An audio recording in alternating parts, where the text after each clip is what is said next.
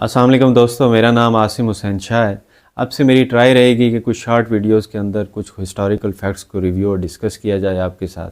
उसी सिलसिले की कड़ी में आज इस तिकोन को जोड़ने की हम कोशिश करेंगे। उसमें पंजाब के सूफ़ी शायर बाबा बुल्ले शाह, जुल्फ़िकार अली भुट्टो और अहमद रज़ा कसूरी के दरमियान ताल्लुक़, और इसी तरह से पीपल्स पार्टी का अवामी और मशहूर नारा रोटी कपड़ा और मकान, उसका तारीख़ी पस मंज़र जानने की कोशिश करेंगे।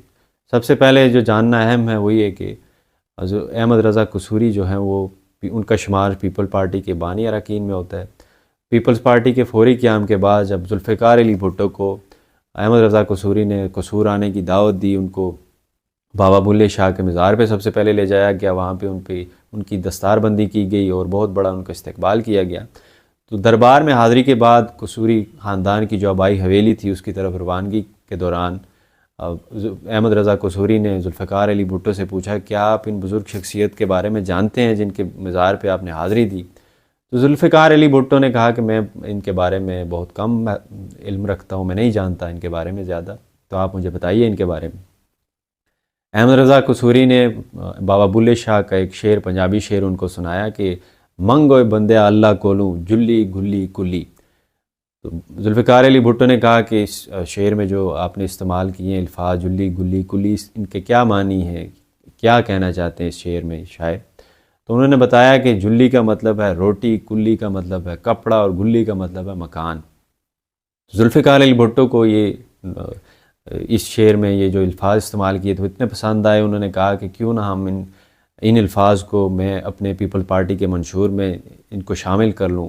और वो ये जो नारा है रोटी कपड़ा और मकान, तब से पीपल पार्टी के मंशूर में शामिल हुआ। और अहमद रज़ा कसूरी भी जो हैं इस बात का क्रेडिट आज तक लेते हैं, और उन्होंने इस बात का मुतादिद मरतबा ज़िक्र किया कि कसूर के अंदर ही जुल्फ़िकार अली भुट्टो ने ये ऐलान किया था कि ये नारा जो है मैं अपने मंशूर पीपल पार्टी के मंशूर में इसको शामिल कर रहा हूँ।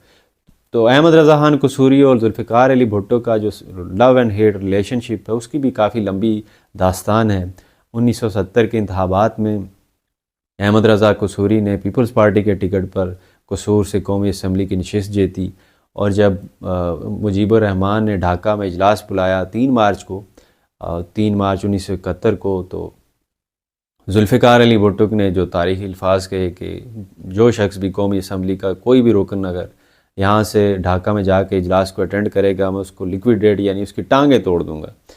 तो अहमद रज़ा खान कसूरी तब यहाँ से ढाका चले गए, गो कि वो इजलास नहीं हुआ, बहरहाल वो चले गए। तो अब उस दौरान में उनके जो कुछ तनाज़ात थे जुल्फ़िकार अली भुट्टो के साथ, उनकी खबरें आम थी। इसी तरह से 1974 में जो 1973 का आइन था उसके बारे में तकरीर करते हुए कौमी असम्बली के इजलास में जब जुल्फ़िकार अली भुट्टो ने कहा कि हिज़्ब इख्तिलाफ़ का इस मुतफ़िक़ा आइन के बारे में जो एतराज़ात हैं वो समझ से बालातर हैं, तो इस सवाल के जवाब में अहमद रज़ा कसूरी ने स्पीकर से इजाज़त लेते हुए कहा कि रत्तो डेरों से आए हुए फाजिल मेंबर जो हैं ये गलत बयानी से काम ले रहे हैं। मुतफ़िक़ा आइन कैसे हो सकता है, जब मैंने इस आइन के ऊपर दस्तखत नहीं किए तो ये मुतफ़िक़ा आइन नहीं है। वहाँ पे जुल्फ़िकार अली भुट्टो ने चंद जुमले कहे जो उनके जुल्फ़िकार अली भुट्टो का जो मुकदमा था उसकी वो चार्जशीट भी बने।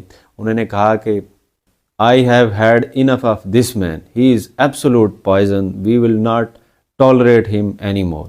तो यही जो अल्फाज थे वो बाद में जुल्फ़िकार अली भुट्टो पर जो मुकदमा बना उसकी चार्जशीट बने। तो ये लव एंड हेट रिलेशनशिप था, और इसके साथ पीपल्स पार्टी का ये जो नारा था रोटी कपड़ा और मकान, उसके कुछ तारीख़ी फैक्ट्स से जो आपके साथ शेयर किए। देखने के लिए बहुत शुक्रिया। Thank you so much.